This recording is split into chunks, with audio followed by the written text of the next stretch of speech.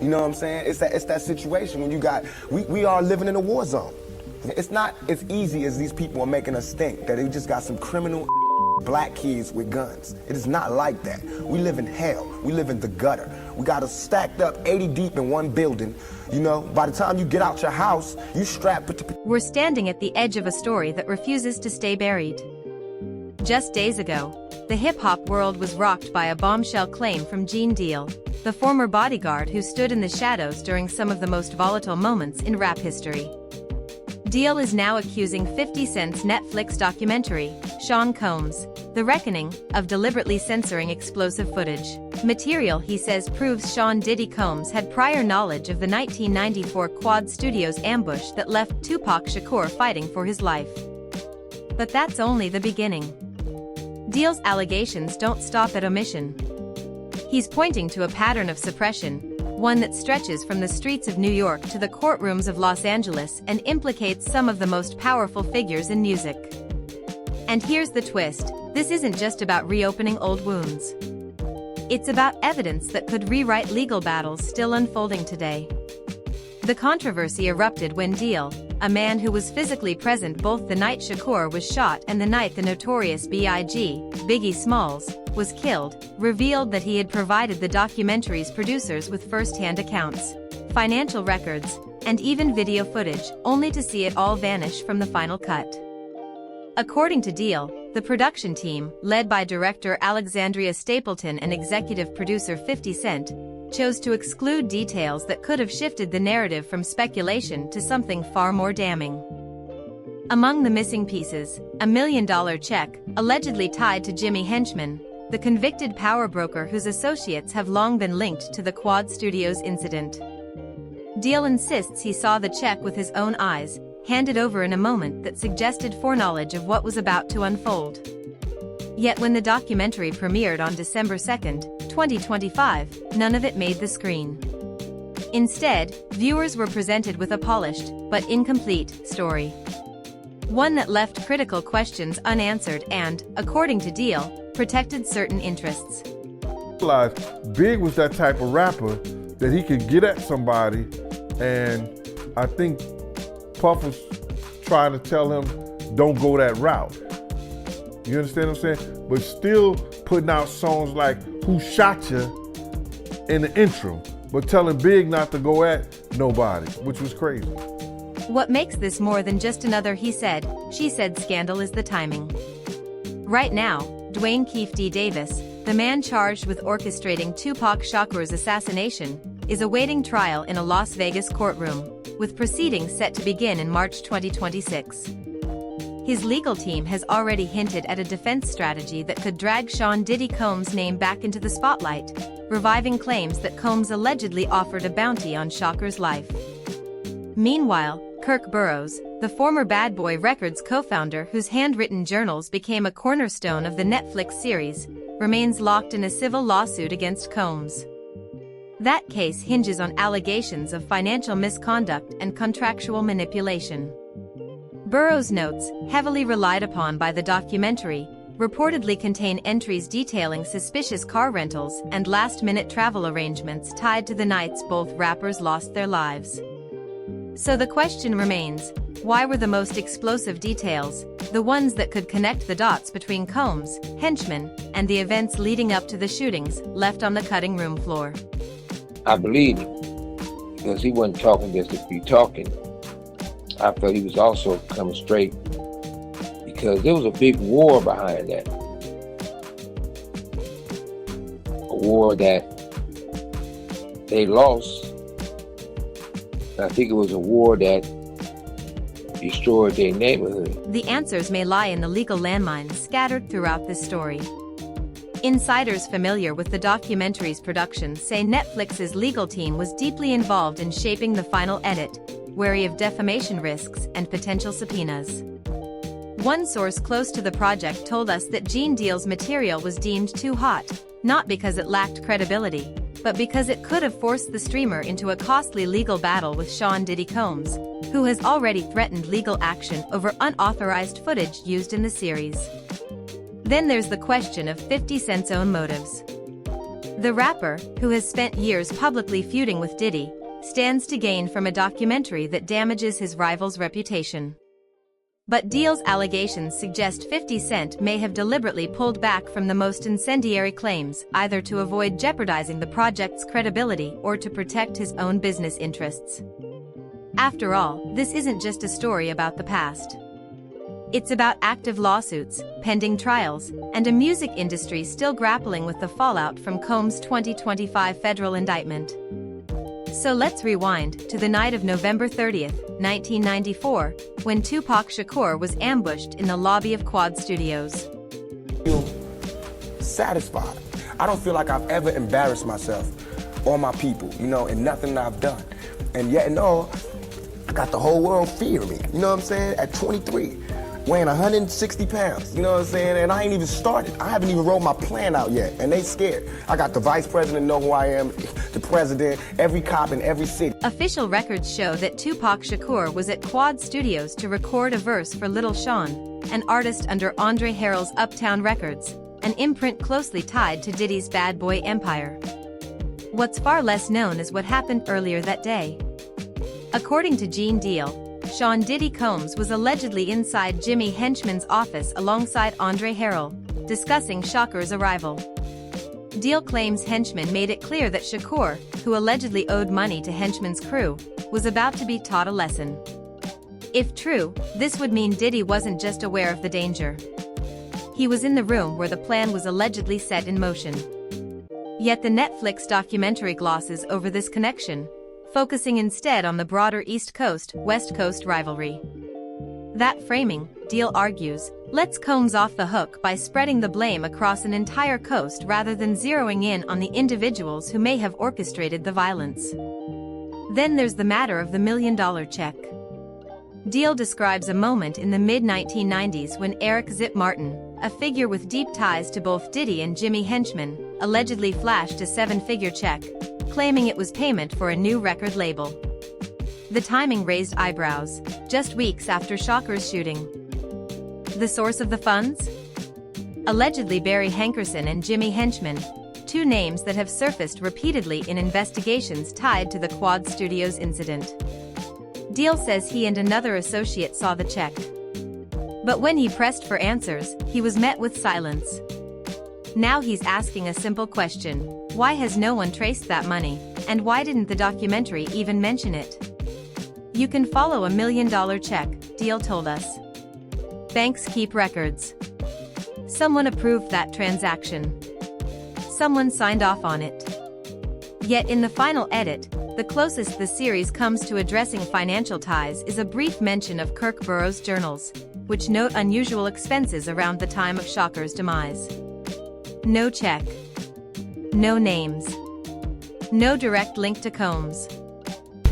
He said it was, according to him, he said it was security that accepted money, participated in it, and it was so-called homies. The omissions become even more glaring when you examine the documentary's treatment of the notorious B.I.G.'s, Biggie Smalls, assassination in 1997. Gene Deal claims he repeatedly warned Sean Diddy Combs that traveling to Los Angeles was a mistake. The tension between Bad Boy Records and Death Row Records had reached a boiling point, and according to Deal, Biggie was a clear target.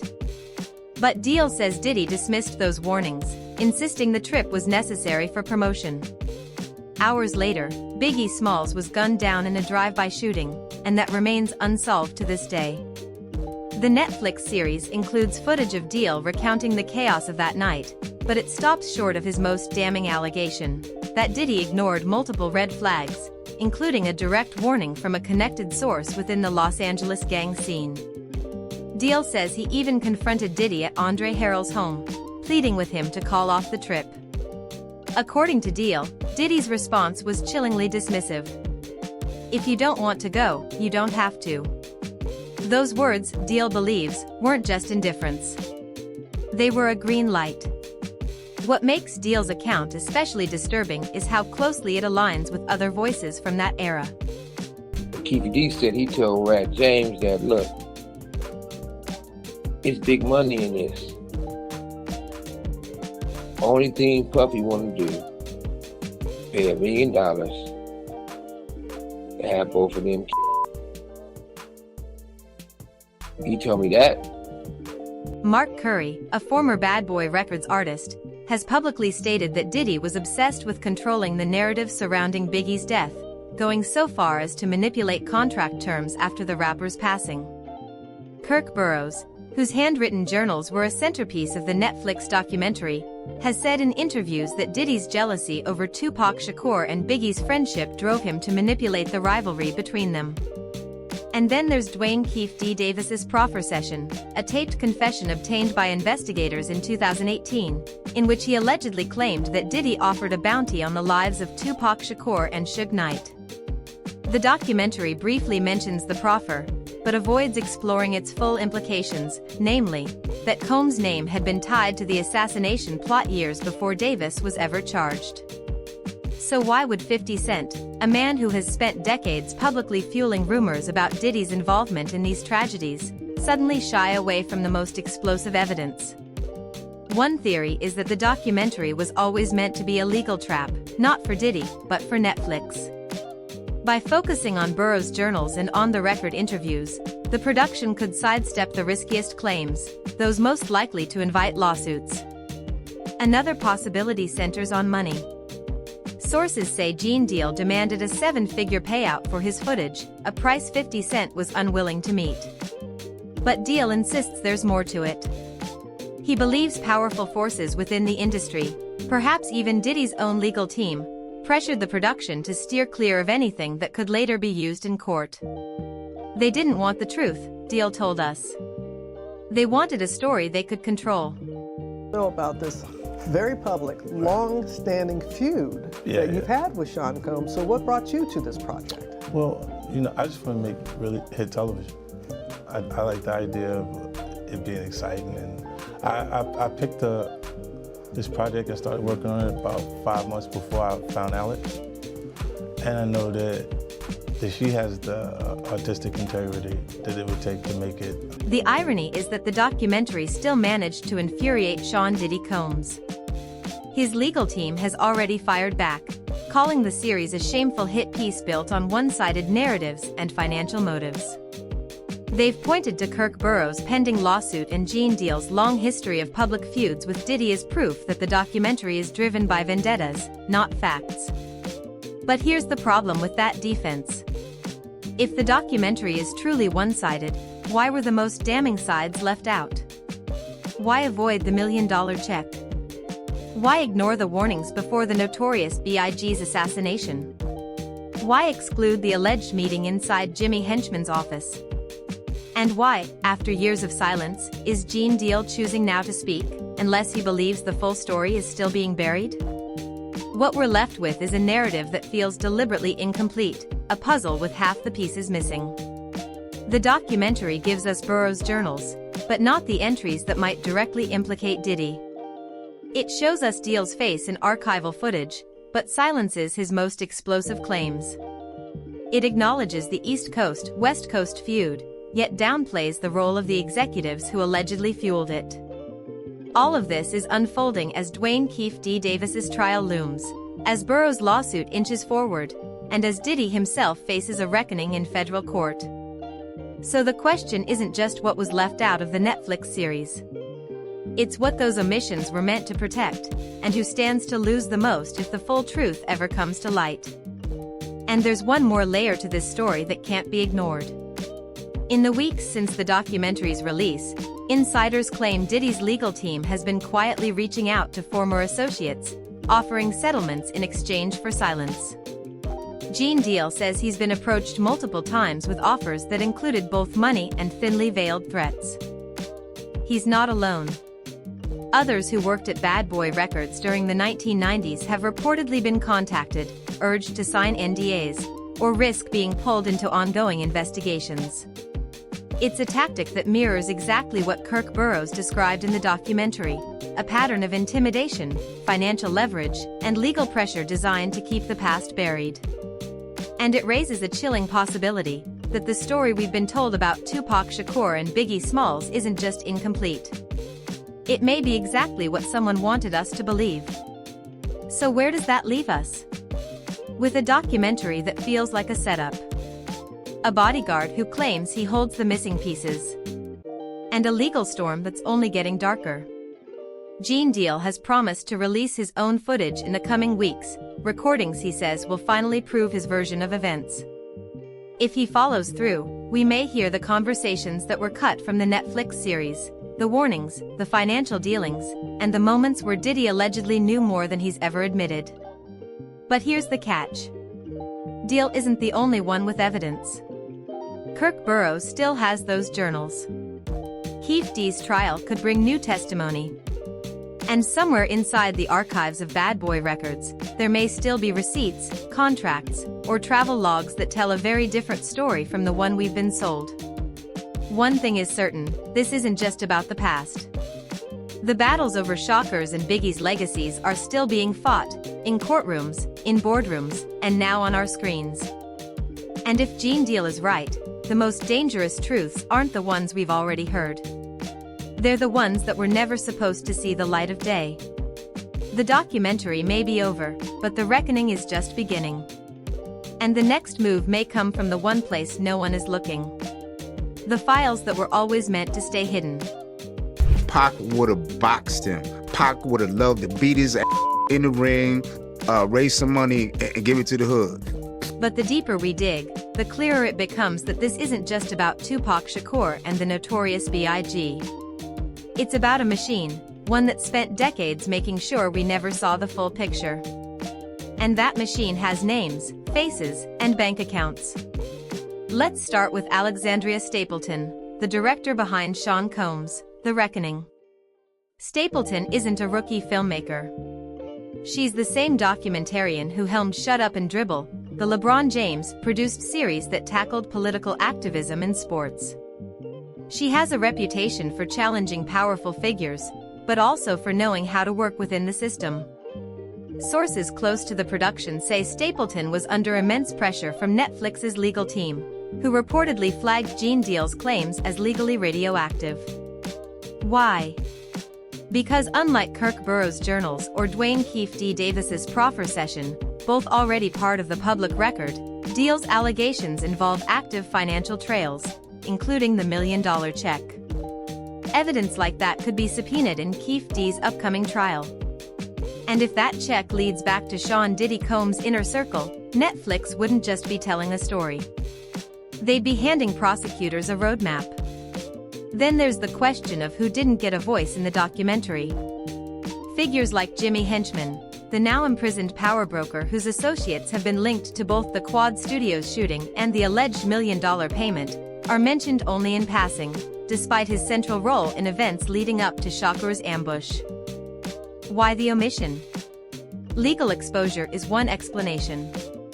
Henchman is serving a life sentence in an unrelated case, but his network, including former Bad Boy Records affiliates, remains active.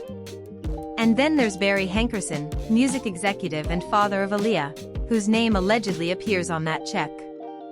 Hankerson has long existed in the shadows of hip-hop lore, with persistent rumors tying him financially to both Diddy and Death Row Records. He's never been charged in connection to Shocker's shooting. But if that check exists, it could place him at the center of a conspiracy stretching from New York to Los Angeles. And yet, Hankerson has never been interviewed for any of these documentaries. Coincidence? Or is there a reason certain names are kept out of the frame? Because when you follow the money, you start to understand where the real control lies. Sometimes you receive more with not doing well than you receive. I threw an excellent pitch. We wouldn't even bring it up. Diddy's empire wasn't built on hit records alone. It was built on contracts, publishing rights, and the kind of financial leverage that can silence people for decades. Kirk Burroughs' lawsuit isn't just about unpaid shares. It's about allegations that Diddy rewrote agreements after artists were no longer alive to protest. Burroughs claims he was fired for refusing to alter Biggie's contract posthumously, a move that would have funneled even more revenue into Bad Boy Records. And Burroughs isn't alone. Former Bad Boy artist Mark Curry has publicly stated that Diddy strong-armed him into signing away his stake in the label under threats of violence. Then there's Biggie's estate. After his death, Diddy controlled the rights to Biggie's music, image, and posthumous releases. That's not just business, that's power. And power like that doesn't just protect itself. It buries threats before they surface. Which brings us to the legal playbook. Diddy's team has a long-documented strategy for handling scandals: sue first, ask questions later. In 2023, when Cassie Ventura filed her lawsuit, Combs' lawyers responded with a countersuit alleging extortion, a move that effectively silences accusers by dragging them into expensive, exhausting legal battles. The same pattern appeared with Burroughs' first lawsuit in 2003, which was dismissed on technical grounds. Now, with Burroughs' second case pending, and Gene Deal threatening to release his own evidence, the question isn't if Diddy's legal team will strike back. It's how. Sources say former Bad Boy Records employees have already been contacted, offered five-figure settlements in exchange for signing ironclad NDAs. One insider claims they were told, "This isn't about guilt or innocence. It's about controlling the narrative." And when that narrative involves two of the most iconic unsolved murders in hip-hop history, control isn't just preferable. It's essential. But here's where it gets even messier. I doubled back on him and said, "What you mean?" He said, "Well, look, Puffy used to come to the hood." He said, "You can ask James. You know, him and James always been good friends, you know. James is the one who went through some things and The suppression of Gene Deal's footage isn't just about protecting Sean Diddy Combs. It's about shielding the industry players who profited from the myths surrounding these tragedies. We're talking about record labels, streaming platforms, and even estates that have turned Tupac Shakur and the Notorious B.I.G. into posthumous brands. The East Coast-West Coast rivalry is marketable. A clean, emotional narrative sells records, streams, and documentaries. A clear-cut conspiracy, one tied to money and names, is a legal nightmare. And then there's the media. From TMZ to the New York Times, major outlets have covered these cases for decades. But how many have seriously examined the financial ties between Bad Boy Records, Death Row Records, and the figures who moved between them? Very few. Because those ties lead to advertising dollars, exclusive interviews, and the kind of access that keeps the machine running. When the Los Angeles Times retracted its 2008 story alleging Diddy's involvement in Shocker's shooting, it wasn't just because the evidence was disputed. It was because the backlash from Combs' legal team, and the risk of losing future cooperation, wasn't worth the fight. Your own platform. He said this on your platform that he put up $1 million to get Pac here. Yeah, correct. He was around Puffy and Puffy made it. So why hasn't all of this exploded already? Because the system is designed to keep it contained. Diddy's legal team has reportedly filed preemptive motions aimed at blocking Gene Deal's footage from being introduced in Keefe D's trial, arguing it's hearsay, inflammatory, and prejudicial. Netflix, meanwhile, has remained publicly silent on allegations of censorship. But sources say the company is bracing for a potential lawsuit from Combs' camp. And then there's the matter of the FBI files. In 2018, a Freedom of Information Act request revealed that the Bureau had collected intelligence on the Bad Boy Death Row feud, including interviews with individuals tied to both labels. Those files have never been fully released. But if Deal's claims hold weight, they could provide the leverage needed to unlock them. The real question is this: who's willing to push that hard? Because the moment someone does, the floodgates don't just open for Diddy. They open for everyone who benefited from keeping this story buried. And once that happens, there's no controlling the narrative anymore. Only the truth, and the fallout that comes with it. With the series, with the film.